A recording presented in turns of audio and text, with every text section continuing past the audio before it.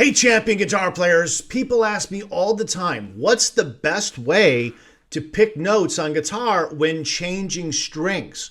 Or they may ask, should I pick from the wrist or the elbow when changing strings? Or they ask, where should my picking motions come from, the elbow or the wrist? Well, in this guitar picking motion tutorial, I'm going to break down the picking motions and tell you what I believe is the absolute best way to pick notes across string changes. And most importantly, I show you exactly why one way is better than the others, at least in my opinion, and I'm going to make a case for it. And here's a hint. It's not the wrist or the elbow. It's something else. So I'm Tom Hess, and for years I struggled to find the best picking motions when changing strings, and that made string changes really hard for me. And I tried from the wrist, I tried from the elbow. Both of these caused me problems that was really frustrating. And once I learned a better way, everything got easier, and I could pick faster with better accuracy and better articulation and better tone. So I've taught this same set of picking motions to thousands of my private online guitar students over the years, and today I want to share this with you. So first of all, let's take a look at what happens when we use the wrist to do the picking motions while changing strings. So when we're on the same string, and we're just going back and forth on the same string, using the wrist is totally fine. There's no problem there at all. But when we go from, let's say, string 6, and let's say we're playing a scale, and if we use our wrist, what happens is the angle of the pick in relation to string 6 will change when we get to string 1. The angle of the pick in relation to string 1 is totally different. It's more severe than it was here. If I take my hand away, it's maybe this angle versus down here, it's at this angle. So let me show you what happens in a drawing. I'll draw this for you. So here we've got 6 strings, okay? There's the high E string. There's the low E string, string number 6. And that slanted line right here, that represents the pick angle, the angle of the pick in relation to string number 6. Now, when you use your wrist to change from string 6 to string 1, if you're doing an arpeggio or a scale or whatever, what happens is there's an arc, okay? And that arc causes now the pick to be at a much more severe angle relative to what it is over here. See how this angle, the pick in relation to string 6, this angle is different than this angle, okay? And this angle is pretty extreme, all right? Now what happens is that the tone here is going to be different than the tone here. The pick attack here is going to be different than the pick attack here, all right? So the tone, when the angle gets really severe, the tone suffers. The pick attack isn't quite as clear and as sharp. It's not as strong. The notes don't articulate with the same sort of power and clarity.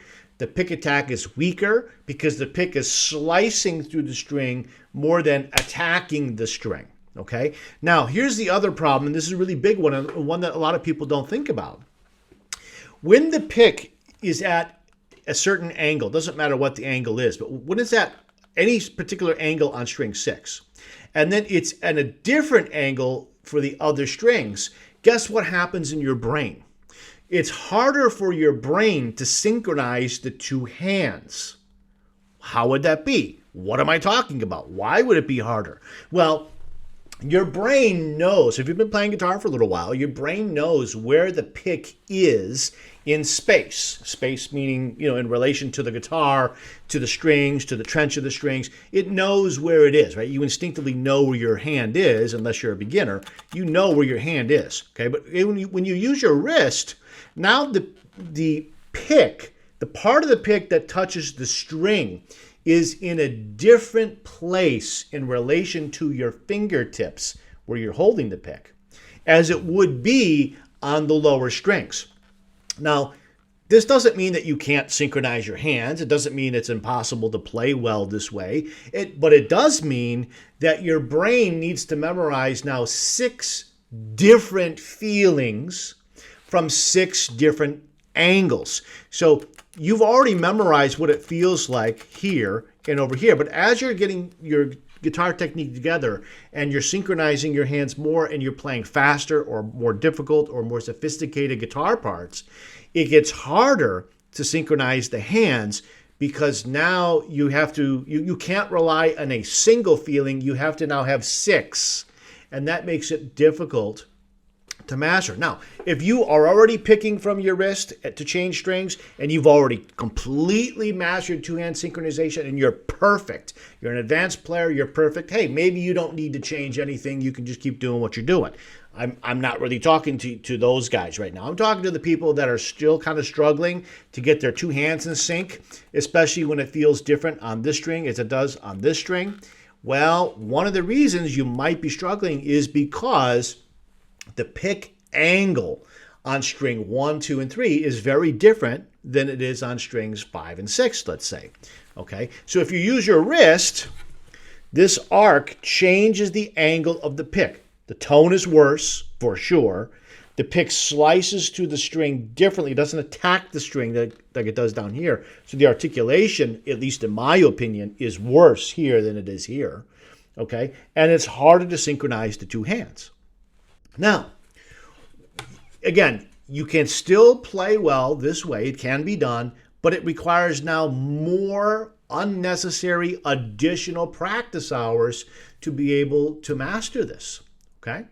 Now, before we go any further, before we get into talking about the elbow, I've got another video on YouTube that's actually really important in relation to this video. It's called The Right Way to Hold the Guitar Pick, The Ultimate Guide.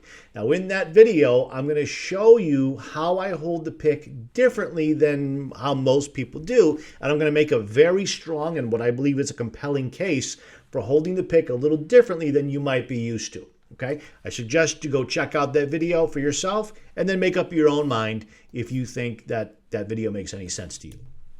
Okay, now let's talk about picking from the elbow. So as we change strings, on string 6 and we go to string number 1, if we use and we keep the wrist straight, we just use the elbow, we have the same problem that we had before. It's not as bad, but we still have the same problem. So let me draw it for you. Here's the wrist. We already talked about that arc. If you use your elbow, we have another arc. It's not as severe, but it's still an arc, okay? So this was the wrist. This is the elbow. With the elbow, the radius is bigger than with the wrist. So that helps us a little bit. It makes the difference of angle between this string and these strings not as severely different as it would be from the wrist. So the elbow is a little bit better. It's not perfect by any means, but it's better in terms of getting the angle a little bit more similar to what it would be down here in the lower strings. So that means that although this pick attack is still not ideal compared to this, and the tone is not going to be quite as good compared to this, better than that, but not as good as this. Okay, and the synchronization problems we talked about before are all still there. Every string is going to feel a little bit different, and because it's going to feel a little bit different, it's going to be harder, not impossible, but harder to synchronize the two hands, especially when you're playing at high speeds or you're playing something that's really challenging or difficult and it changes strings quickly, a fast scale run, an arpeggio, or string skipping licks or whatever. Okay, now, let me show you what I believe is the better way, a much, much better way, for many reasons to change strings on the guitar. So before we do that, I want to point out, what are we trying to achieve here? What are the objectives? What are our goals here? Well, what we want, ideally, is for the pick attack to be consistent across all the strings. We don't want the pick attack to get weaker or get worse as we go from string 6 to string 3 to string 1, etc. Right? We want the pick attack to have the potential to be the same. Now, you might choose to change the pick attack when you're playing. You might choose to play with more pick attack or less pick attack. That's totally up to you. That's your choice. But we want to have the potential so that if we change nothing, the pick attack is consistent. And then it's up to you if you want to change something and how hard you're hitting the strings, etc. Okay? But ideally, we want the pick attack to be the same. Okay. Now we also want the tone, the picking tone, generally to be the same by default. And again, you might choose to vary the tone, just like you might choose to vary the picking attack. And that's okay. Nothing wrong with that. You can make any choice you want to make. But if you don't make any choice and you just are playing, on default, we want that default tone to be consistent. So it doesn't sound like every time you go to a higher string, the tone changes for no apparent reason except it just happens by default. We don't really want that. Now, there's something else, another objective that we're looking for here, is we want to make it easier, as easy as possible, to synchronize the two hands. And the easiest way we can do that is if the pick angle in relation to the strings is the same across all 6 strings, or all 7 strings if you're playing a 7-string, right? We don't want the angle to change for some arbitrary reason because of we have an arc now with the wrist or the elbow. We want it to be the same so that you only have to memorize one feeling, not 6 or not 7 or for however many strings you have. Okay, so what does that mean? That means that we want this pick angle right here to be the same across all the strings. That would be the best, right? That would be ideal for us to do that by default. So if I draw this line again, like this, my drawing is not perfect here, but I'm trying to replicate this angle to be the same here. So as we move across, the pick moves in a straight line across all the strings, or as straight as we can make it. It doesn't have to be perfectly straight, but you see, if the pick is moving in a straight line, not on a radius, now we have consistent tone across all strings. We have consistent pick attack across all the strings, and we have consistent angle, which then leads us to having to memorize only one feeling for how the pick is in space across all the strings, and that makes it easier to synchronize the two hands. Okay? Now, I'm not saying that if you change from the wrist to the elbow to this, which I'll show you how in a moment, that your two-hand synchronization is automatically going to improve overnight. I'm not saying that. But what I am saying is that synchronization is harder when the pick travels on a radius than when it travels straight. Okay, so it will be easier.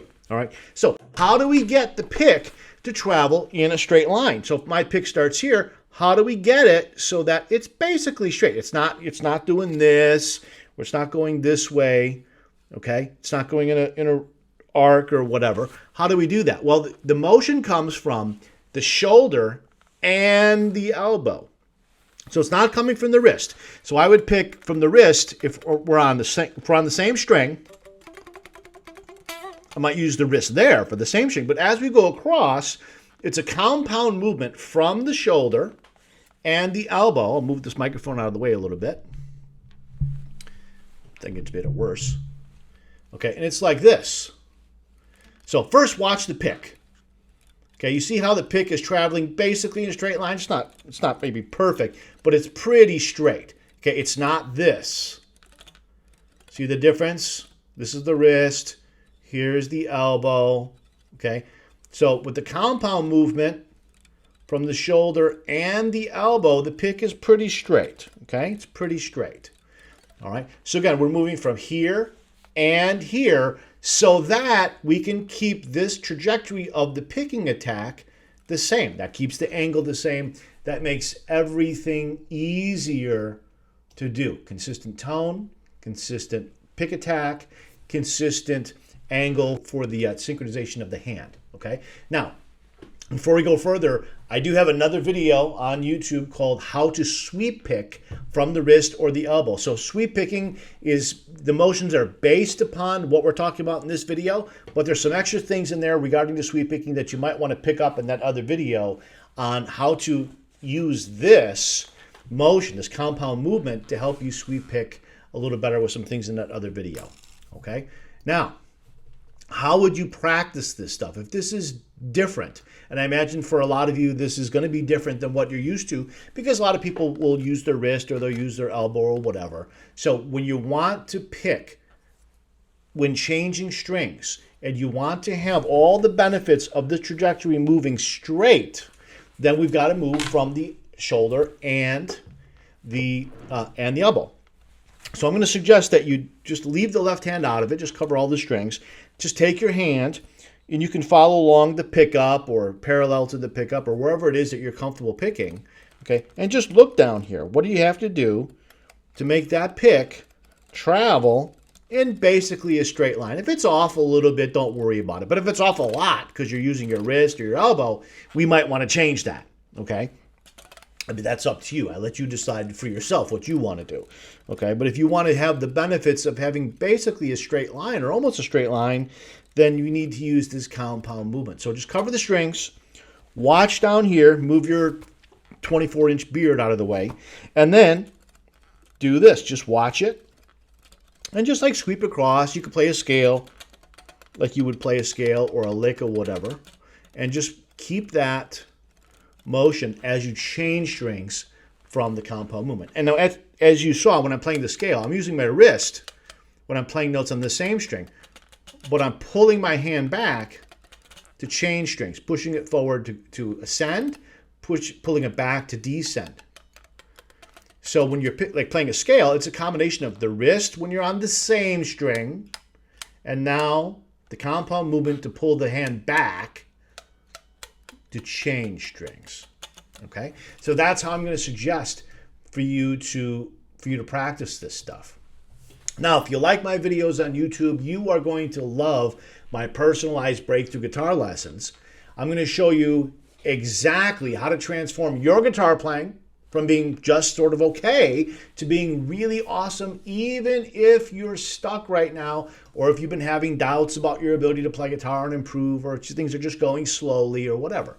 So imagine how much better your guitar playing will become when you know exactly what to do, exactly how to practice, and you have the guidance and roadmap to get you there. Now, I've done this for literally thousands of people over many, many years. If you do the work, if you practice what I teach you to practice at least 30 minutes a day, I'm absolutely certain I can help you become the guitar player you want to be. Now, if you don't practice that much, if you don't play every day, if you only do 15 minutes a day, I really can't help you. I wish I could. Love to take your money, but I can't, okay? You gotta follow what I'm saying. Minimum 30 minutes a day, at least 5-6 days a week. If you're playing less than that, I really can't help, okay? I want to, but I can't, okay? So, unlike other lessons, you're not going to get some generic cookie cutter, course from me where everybody gets the same lesson 1. Everybody gets the same lesson 2, okay? There are some decent courses out there. There are some good courses out there, but this is not this. This is, you get lessons customized to you, to who you are, what your goals are, your challenges, your strengths, your weaknesses, your learning style, experience level, frustrations, and most importantly, who you want to become as a guitar player. So check out my breakthrough guitar lessons at tomhess.net/guitar and see if they're right for you, and I'll see you on the other side.